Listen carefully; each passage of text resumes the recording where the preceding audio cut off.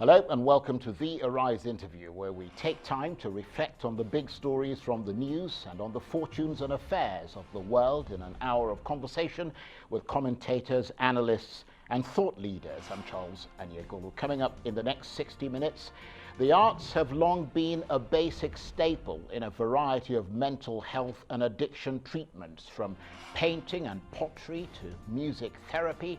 Artistic endeavours have for centuries been acknowledged to have a powerful therapeutic value.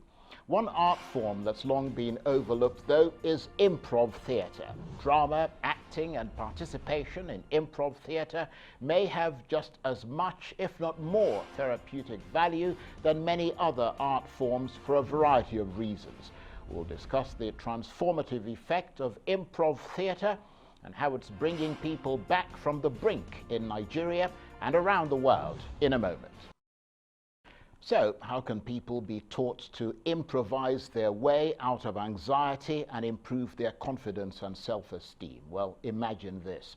You're standing on a stage, blinded by a spotlight, or you're taking part in a Zoom session online. Either way, your knees are weak and your hands are sweaty. Why?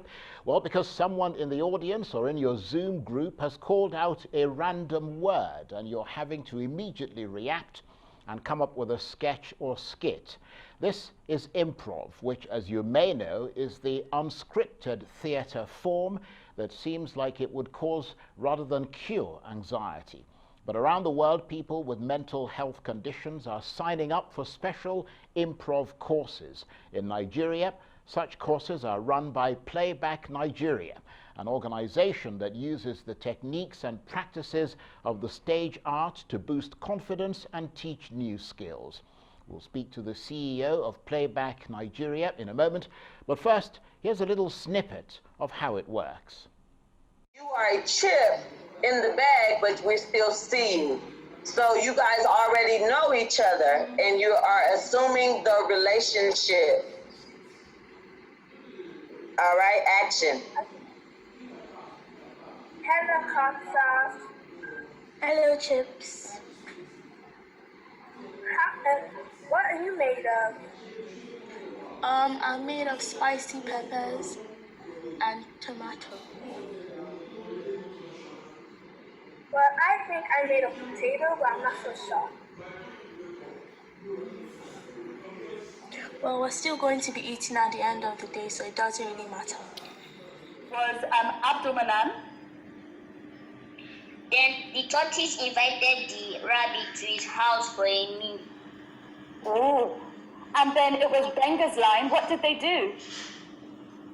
Then they ate carrot soup. Oh, guys, happily. Oh, they were happy. They ate it happily, didn't they? What does that look like, everyone? Fantastic. Thank you very much. Well, that's just a little snippet, and actually I was hoping we're going to see the actual theatre, which is what the initial thing. I mean, this is a sort of way that they're coping with the COVID thing, but we'll talk about all that in a moment. For more on the transformative effect of improv theatre, I'm joined now in the studio by Damilola Apotieri-Abdulai, CEO of PlayBack Nigeria, the group that runs the theatre improv courses. Thank you very much indeed for coming in. Thank you for having me, Charles. And just looking at that video, tell us what was happening there. Videos. That was an online session, virtual improv class we did for kids. When the COVID started, when the lockdown started, in March, we found out that we couldn't meet physically again with our kids. And for us, it was having a negative effect on everyone. Everyone was getting bored, so we thought to ourselves, what could we do to support? Yes, we can meet physically, but we could always meet online. And luckily for us, we've been part of global communities where we've had to meet online in the past couple of years. So it was very easy for us to adapt.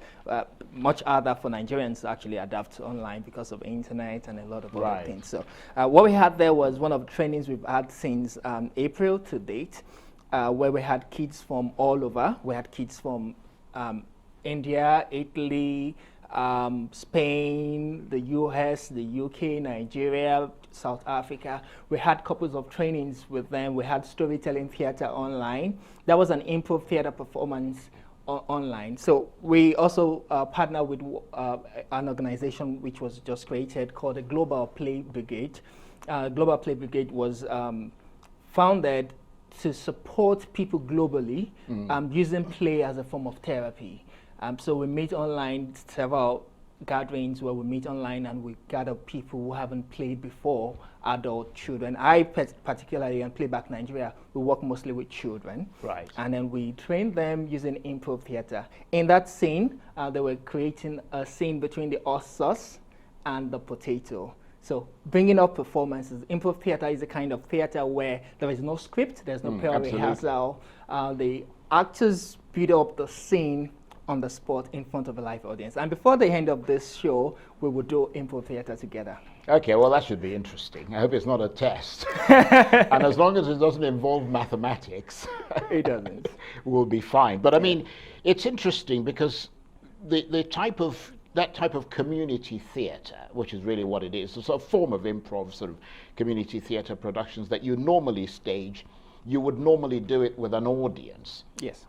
And I would imagine that it's much more therapeutic in that sense, because that sense of community is very important in making someone feel confident.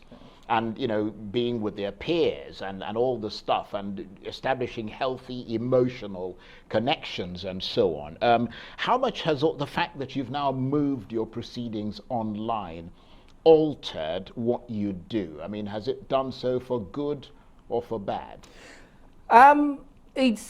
We're learning new things, and what we do is to improvise. We improvise, and when the situation came, we had to improvise and we had to adapt, and that's very good thing. That's one of the very good thing about improvisation, the ability to adapt to new changes. It's not as meeting physically because acting theater as a whole is an embodied work, and there is no embodiment without connection. What we've had to do right now is to create a new word, a new stage, understanding the language and the technicalities of Zoom. We use Zoom mostly. Understanding the technicalities of Zoom, having to still have the idea there's an audience. So in the one you just watched about now, we had about 16 or more kids. Right. So what we had them do is to turn off their own videos. The audience then turn off their videos. The people acting would turn on their videos and hide non-video participants, so that we still establish the moment, establish the idea that there's still a performance in front of you. So it's not the same as meeting physically. And we've also had to make adjustments to physical performances. There's another kind of improv theater we operate called playback theater, in which audience members tell stories from their lives and watch it being enacted. Okay, now what I want to talk about, because you've kind of given us the broad strokes, what I want to talk about is how this can actually have a transformative effect. Someone who's got anxieties, issues of self-confidence, you know, mental health disorders, basically you're attempting to enrich people's lives, especially those who have those problems, survivors of conflict, disasters, that sort of thing. You're enriching their lives through the experience of theatre. Tell us how it actually works and how it improves someone's life. Okay. My friend Kat Kopet defines improv as a gym. So people go to the gym because they want to exercise their physical muscles. So when you do improvisation, you exercise your mental muscle, the ability to listen, think on the spot, being spontaneous, creative thinking, build confidence. So improv has a lot of takeaways. When you go to the gym, you get the 6 packs. When you improvise, you get the 6th sense. Yeah, but I'm trying to understand how that helps someone with a mental disorder. Now, the confidence you get helps you to deal with anxiety. By improvising, you're having fun. So people let go of their anxieties. And the moment you're having fun, most times you get to do something new. It depends on what activity you're doing in improvisation. You get to see new perspective to what you're dealing with. You get the opportunity to get listened to, and that is a very, very therapeutic step. Yes, but I would have people. thought that at the outset, what it does is to create anxiety rather than remove it. Because if you've got someone who's got problems of self-confidence and they suddenly walk into a room where there are a lot of people, they don't know who they are, and they're expected to sort of perform in front of those people, I would have thought that that would induce anxiety. In the first class of improvisation, we always say something. You're not under any pressure to perform. Right. People adapt with time. Just like the first time you go to a gym, Right. you leave with aches. So it kind of but the grows more you on do it, right. You it get more grows. comfortable with it. I've had several experiences in our physical and even online workshops. I had a child whose mother was really concerned about his anxieties and his level of confidence. And in just 2 weeks, I had a feedback from the mom that now he speaks in front of the family. Right. It's still a step further to speak in front of strangers. And it's the more you improvise, the more, so you do exercises, improv exercises that help you so develop the basically, skills. The nature of what you do, it's important to keep doing It, yes. and to keep creating. And then over time, you get more comfortable yes. with it. Over time, you and, get and then it comfortable builds your confidence. Yes, because you don't go to a gym and expect to have a six-pack the next day. Yeah, no, absolutely. But I mean, how did the connection between improv theatre and mental health come about? Well, one of the key mental health issues that improv deals with is anxiety. Right. And depression. Play itself is therapeutic. So when people connect with play, when people are able to play and do something, we have a lot of people who don't play any longer. As we grow older, we stop playing, and that is really dangerous for everyone. We play in a different way. We play in a different way. Some people like to lift pints of beer. They consider that to be play. Yes, but the way improv works with mental health is that it gives you the opportunity to see life in a new perspective. One of the improv, which is the playback theater that I said, is a therapeutic form of theater. So storytelling is considered as therapy.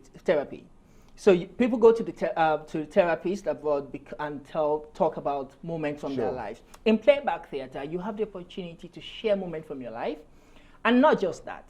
The actors then embody your story and perform it back to you. So that makes you kind of feel a sense of belonging, and significance. Yes, significant, and also we always say that healing starts through telling. So most people don't even need you to solve their problem; they just need you to listen. Playback theater, improv theater provides that space to let people know that they matter, their stories matter, right? And they can be listened to. They can get the support of community, and also in sharing your story, you get to see other people who have similar experiences. Okay, I'll tell you what, just hold that thought, because we're going to come back to you in a minute. We've got to take a short break. You're watching the Arise interview, plenty more still ahead, as we continue our chat about the relationship between mental health and improv theatre. Stay with us.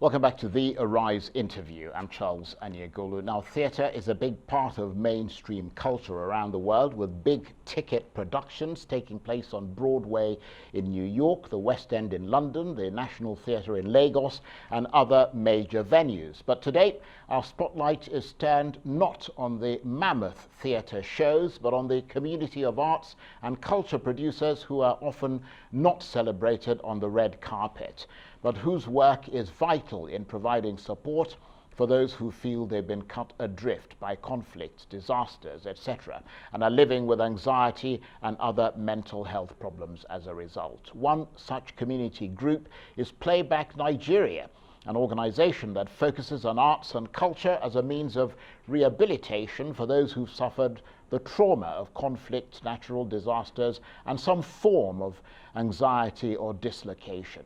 Working in collaboration with other international groups, PlayBack Nigeria uses arts and drama improv sessions to help victims build confidence and skills. the 1, 2, 3 improv exercise, where one person says 1, the other person says 2, the other person says 3, and you go 1, 2, 3. So I'm going to, for those who don't know it, I'm going to play it with Patrick, and then Paul will go. All right, so Patrick, let's go. 1, 2, 3, 1, 2, 3, 1, 2, 3, 1, 2, 3. 1. All right, so we're just going to go that and then try and increase the pace and go faster. That's the first round. I'm going to just give you a minute to do that. Now, when you go through the first phase and you're okay with it, then I want you to introduce something to replace the 2. The 2 can be the clap. And let's see how we can do this on Zoom. Am I not going? I could just create one for you. Or do you need me to? Here. I left you and Teresa here to play. Oh, okay. We'll play here. Cool. All right. Oh, need to be unmuted. That's a tough one for this game. 1, 2, 3, 1, 2, 3, 1, 2, 3, 1, 2, 3, 1, 2, 3, 1, 2, 3, 1, 2, 3, 1, 2, 3, 1, 2, 3, 1, 2, 3, 1, 2, 3, 1, 2, 3, 1, 2. 3. I think we're good. So have you played this before? This game, the 1, 2, 3? Yeah. Okay. So I've always replaced it. 1 with snap, 2 with clap, 3 with stomp. But what do you want to do? That's fine. I'll do it you. Okay. I'm willing to do it a different way so that my brain gets stretched too. 1, 2, 3. Let's go. I got myself Right. hypnotized. I mean, I was standing there like 1, 2. I mean, I'm not making fun of it. Actually, quite so important, what but we do with that is that we use the skill of an improv theater actor to help you cope with to develop other skills. Right. Okay. Well, let's talk more on the use of improv theater to boost confidence and teach new skills. Let's bring in from New York, Marian Rich, who's an international performance activist and founding member of the Global Play Brigade, and of course, Damilola Apotieri-Abdulai, CEO of PlayBack Nigeria, the group that runs the theater improv courses in this country, is still with me here in the studio in Abuja. And let me go to you in New York, Marian. Thank you very much indeed for joining us. I mean, for a lot of us, we're just getting our heads around what all this is. But watching the videos and a lot of the material that was sent through to us, improv is a sort of dramatic art, isn't it? Where there's no script or planned performance. You simply make things up as you go, and you often do it as a group where you respond to some kind of stimulus. Is that right? Yeah. First of all, thank you so much for having me. It's a pleasure to be here and to be here with my dear colleague, Damilola. People forget that all human beings are improvisers. Unless we have a script in our back pocket and we've memorized our lines for the day, we're improvising. It's fundamental to who we are as human beings. One of the things that actors get to do, I'm trained as an actress in the theater, we often play a role and we get to step out on a stage and not only be who we are, but we can be who we're not. I can be Marian Rich and I can also play a Shakespearean character. I can do both those things. So play and performance, when you take it outside of a traditional theater setting, turns out to be very growthful and developmental for people because we can step out of our comfort zone. You can be a very shy person and yet you can perform a bit more gregarious. And I know that Dami and myself, we often have the experience of somebody very shy coming into one of our workshops, and sometimes it's as quickly as within a half an hour. I think laughter and humor also helps make that possible. But I think we're all improvisers. Inclined to agree with you because I mean in fact one of the intros later in the program looks at that. I mean life, as you said, is it's improvised. I mean you don't have a script, you don't know what's going to happen next, and therefore to that extent what you're actually doing mirrors life. But let's talk less about it in theory and try and talk about it in practice. Damilola is still with me here. Why don't you show us an example, I mean, of the sort of improv you do? I mean, I wanted to be the guinea pig, but I'd rather watch the two of you. So both of you just go ahead and, well, we're going to involve you. One of the things I've agreed with Marian before this interview is we're going to play a game called 5 Things. Right, she was supposed to be up on the big screen there, so we can see her. Like I said, we use the skills of an improv theater actor to help you develop all the skills to be able to cope in real life. So while we wait for Marian, we're going to play 5 things. Now, there are 5 major skills of an improv theater actor. Listening is number 1. Whatever thing you want to do to be able to perform, you need to be able to listen to respond before you're able to perform. Also, collaboration. We need to be able to collaborate together. You need to trust the process. You need to be spontaneous. You need to have fun. You need to also, it now helps you to Is that what you say to the people who join your group? Because I'm beginning to speak like this. Oh my God, he's ramming this down my throat, isn't he? We're going to do 5 things. I'm going to call on you to name 5 things in any category, and you have to respond immediately without having to think. Don't worry if you make. But when you say 5 things, you mean anything, any word? Any category. I'm going to give you a category. Okay, right. Right, and then you're going to ask me to mention 5 things. Miriam is going to ask me. Right. All right. So I want you to mention 5 things you can find in a studio. Microphone. 1. Earpiece. 2. Auto cue. 3. Monitor. 4. Lights. 5 things. So now ask Marian. The same question. No, another category. 5 things in any category. Right. What are the sorts of things that you'd find in a 5 things. 5 things that you might find in a restaurant?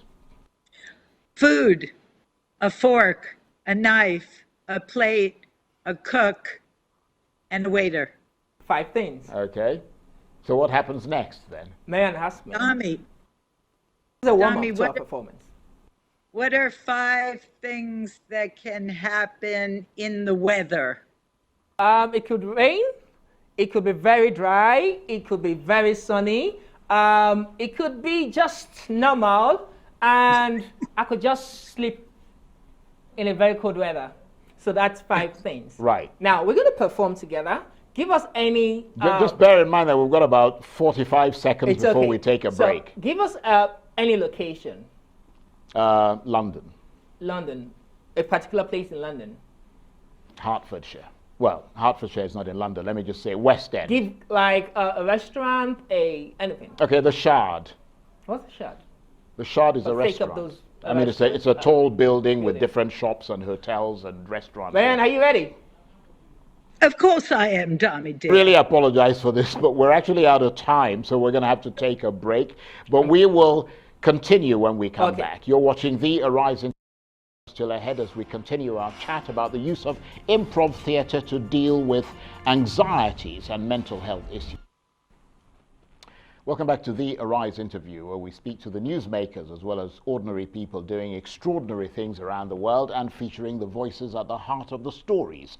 I'm Charles Aniagolu. Today we are looking at an unusual approach to help those with anxiety and mental health issues in Nigeria and around the world. Anxiety is, of course, something that a lot of people suffer from. Millions, in fact, across the West African sub-region, Europe, Asia, the Americas, etc., are thought to be affected, many millions, by anxiety disorders. The World Health Organization estimates that billions of working hours a year are lost due to depression and anxiety across the globe. So anxiety is really common, and loads of people, including many in Nigeria, suffer from it. So that's what these improv classes organized in Nigeria by PlayBack Nigeria in collaboration with other international groups do. They are specifically designed to help people people with anxiety. Well, Marian Rich is still with us from New York. She's an international performance activist and founding member of the Global Play Brigade. And of course, in the studio, Damilola Apotieri-Abdulai, CEO of PlayBack Nigeria. I know you've got to run, Marian, so I'm going to ask you this very quickly so we can let you go. I mean, how well does this actually work as far as reducing anxiety and mental health disorders is concerned? Yeah, that's a great question. We created the Global Play Brigade for this very reason. We're a volunteer organization of people like Damilola and myself, improvisers, performers, clowns, therapists, and educators. And we bring people together across borders to play and to use improvisation and other tools of the theater to connect. And a lot of what we end up doing is sharing how people are doing emotionally. And you were talking about a sense of community earlier, and I think that that is very curative to people who are suffering from anxiety, because we're often taught that our anxiety is ours. It resides individualistically in us. But when we bring people together from across the world, from different cultures, different backgrounds, and they start to express their fears, their anxieties, all of the emotions that they're feeling during this pandemic in particular, what we come to see is that emotions are social, that we're social and relational beings, and that we can make these emotions ours. And that immediately transforms the nature of the anxiety, because now it's ours. And I think a lot of what is so painful for people in our world is to feel lonely, to feel isolated from other people. And coming together to play, to perform, in of itself is curative. People come into our sessions. I wrote down some of the things. Somebody said, I had a rough afternoon and now I'm energized. We're moving to embrace our collective global presence rather than be separated. New faces are comforting. I'm feeling more compassionate after hearing everybody's emotions. These are the kinds of things that people say. One participant in a Global Play Brigade session said, play can help us move forward in making our world more humane. So we tap into our child, the child inside of all of us who loves to play, long before we felt anxiety about all the things that happen in the world as we grow up and we work and we experience things like a pandemic or the inequities of our world. We play. So it's very positive, it's very affirming. It takes us to a new place. We create that new place, and people tap in to their creativity. So it's our world. We can create a new world. These are our emotions. We can create new emotions. Sometimes they don't even have names during this pandemic. If you've had that experience, what is this emotion? Well, it's brand new. Well, I totally, I mean, it sounds very interesting. And I understand that you've got to run, Marian. You were supposed to leave at about 4:30 our time. So I appreciate the extra 5 minutes that you've given us. That's Marian Rich talking to me there from New York. But of course, still with me in the studio, Damilola Apotieri-Abdulai, CEO of PlayBack Nigeria. And in a moment, hopefully, we're going to go over to India to talk to somebody else. So that shows how global this has become, hasn't it? But while we're waiting to cross over to India, Damilola, let's talk a little bit about you. How did you start working in this sort of theatre? At the age of 7, I knew I was going to study theatre arts. It was between law and theater, and I asked myself, why did I want to study law? It was because I wanted to help people. And then I then told myself, I spoke with a mentor, a Sunday school teacher then, and said, what exactly can I do? I can't act in Nigeria, I can't act as a lawyer. But I could be a lawyer on stage. After studying my first and second degree in theater arts, I looked 2010, I asked myself that after this whole Boko Haram issue is going to be over very soon, what's going to happen to kids and their families, their parents there? What's going to happen to their mental health? What we care about in Nigeria when we talk about relief is donation of shelter and donation of food and clothing. Nobody ever cares about mental relief. So I traveled to South Africa, studied at the University of Witwatersrand, studied applied drama and theater as the first Nigerian to study in the field of applied drama and theater. And my aim was to use theater, the therapeutic impact of theater. And so after living South Africa, you were always going to be, it was always going to be therapeutic. It was for you, always right? going to be therapeutic for me. So I came back to Nigeria. I met with a couple of people to form PlayBack Nigeria, and then we started going to the Northeast, working with kids, working with parents to talk about using play as a form of therapy. Because for us, it's more about the therapeutic effect.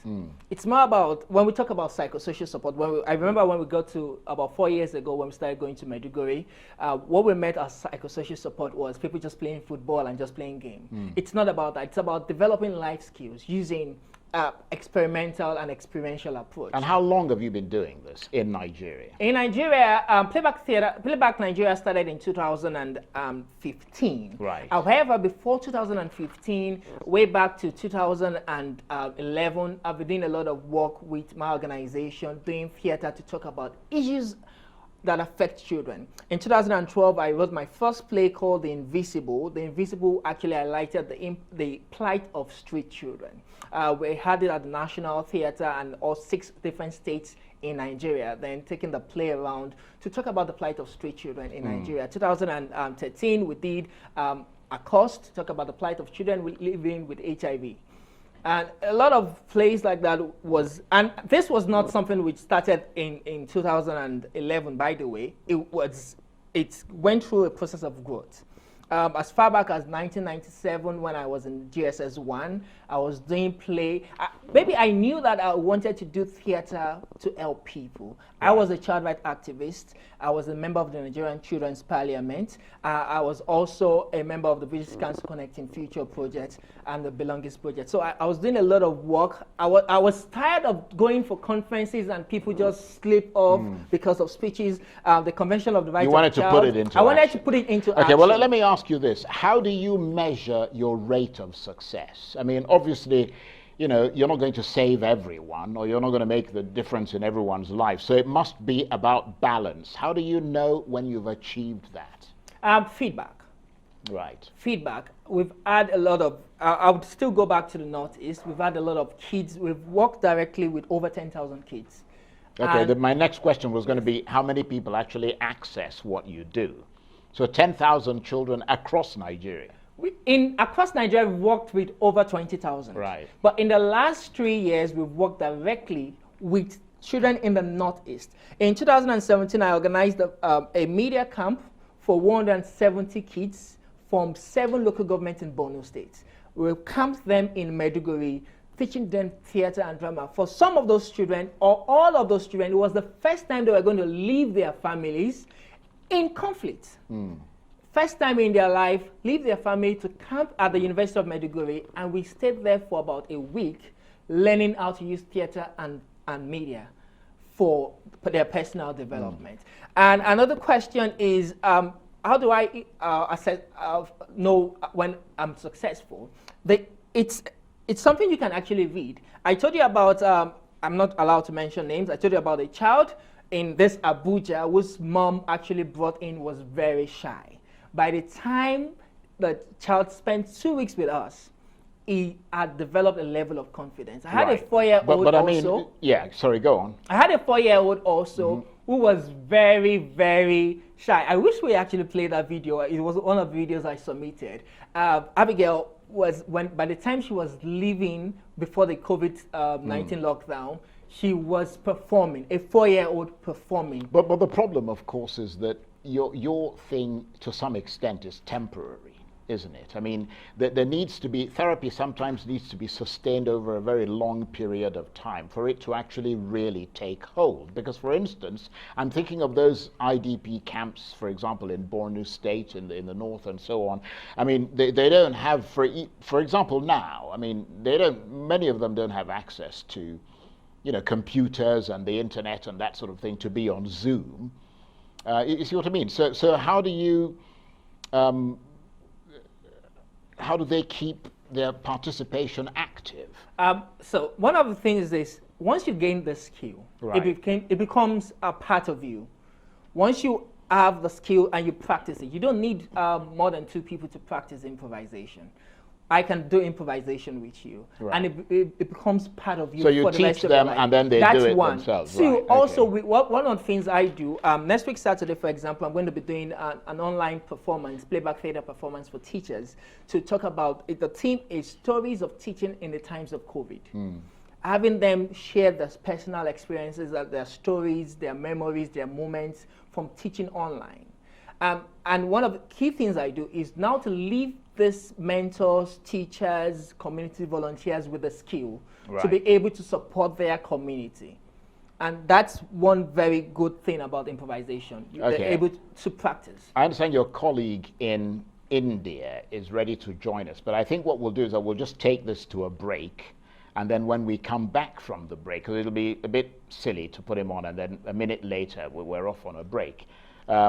But just staying with you, I mean, Marian mentioned when we were talking to her about the fact that COVID, I mean, you talked about this a little bit at the outset, COVID-19 has affected the way you do things. Yeah.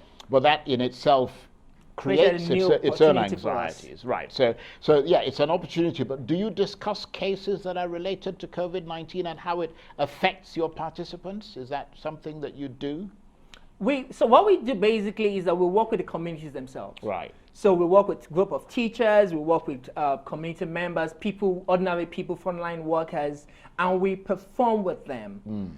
For us, the most important aspect of our work is not the performance, but the process. So people are not under any pressure to perform and become actors. Right. No, that's not why you do improv. You do improv because of the takeaways, the skills you get from it. And Charles, if you don't mind, before we're just going to do a short exercise as we go on this break. One word story. We're going to start by the normal way of telling a story, which is once upon a time. The rule is just say one word at a time and listen to before you respond. Okay, I think you should hold that when we come back from a break, because we've literally got 5 seconds. Okay. So bear with me. You're watching the Arise interview, plenty more still ahead as we continue our chat about the relationship between improv theatre and anxiety disorders. Stay with us. Welcome back to the Arise interview. I'm Charles Eniegolu. Now, there are 3 main ways that theatre can help with mental health disorders. There's peer support, where the sense of isolation is overcome. There's healthy expression, where theatre can help people both explore their trauma and distance themselves from it at the same time, and what's called emotional X-ray, where theatre can help psychologically and emotionally injured individuals give mental health professionals a glimpse into the nature of their injuries, which can help them better understand how to heal themselves. Well, that is probably why people are so excited about improv as a way of treating anxiety, because of course real life, as Marian was saying earlier, is improvised. We don't have a script, we don't know what's going to happen next, and we make it all up as we go along. And so an improv calls, especially an improv class, I meant to say, and especially an improv for anxiety class, is essentially just really, having a bit of a practice at real life. There are those people who, for whatever reason, feel a bit anxious about real life, and that's an interesting thought.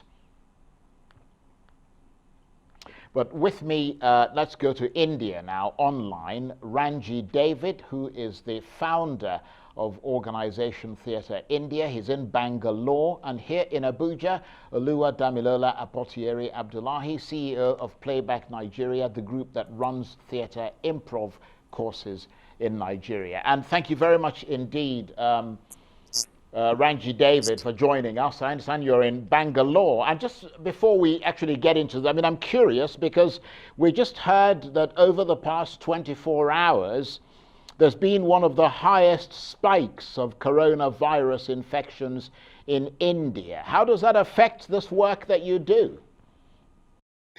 Well, to be really honest, from March onwards, I have been indoors. So it's almost 6 months that I've been indoors, and the city that I'm in, suddenly cases have started spiking for the last 30 days, and we almost have 2,000 cases a day.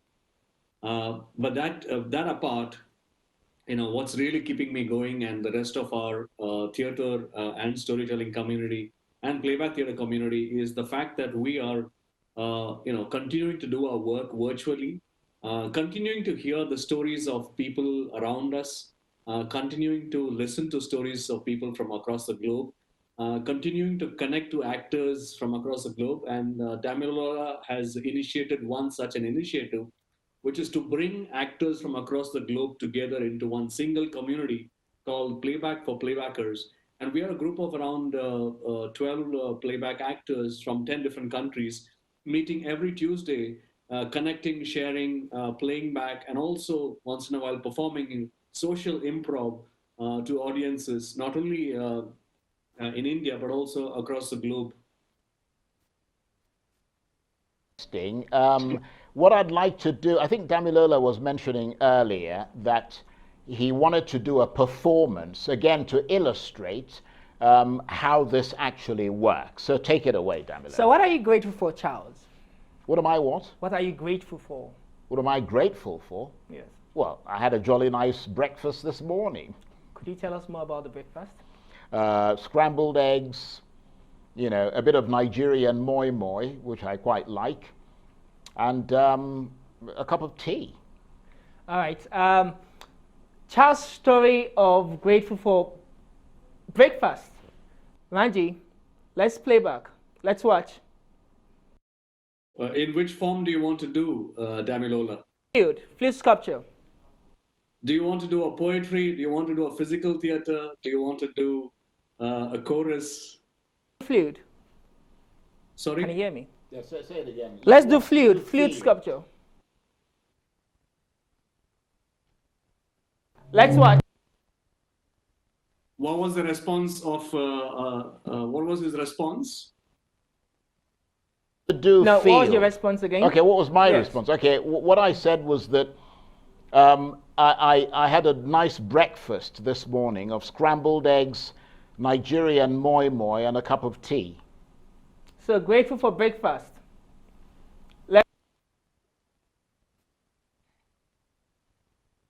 Here I have the fruits, the one that gives me energy, the one that gives me passion. These are not just fruits, but these are flowers.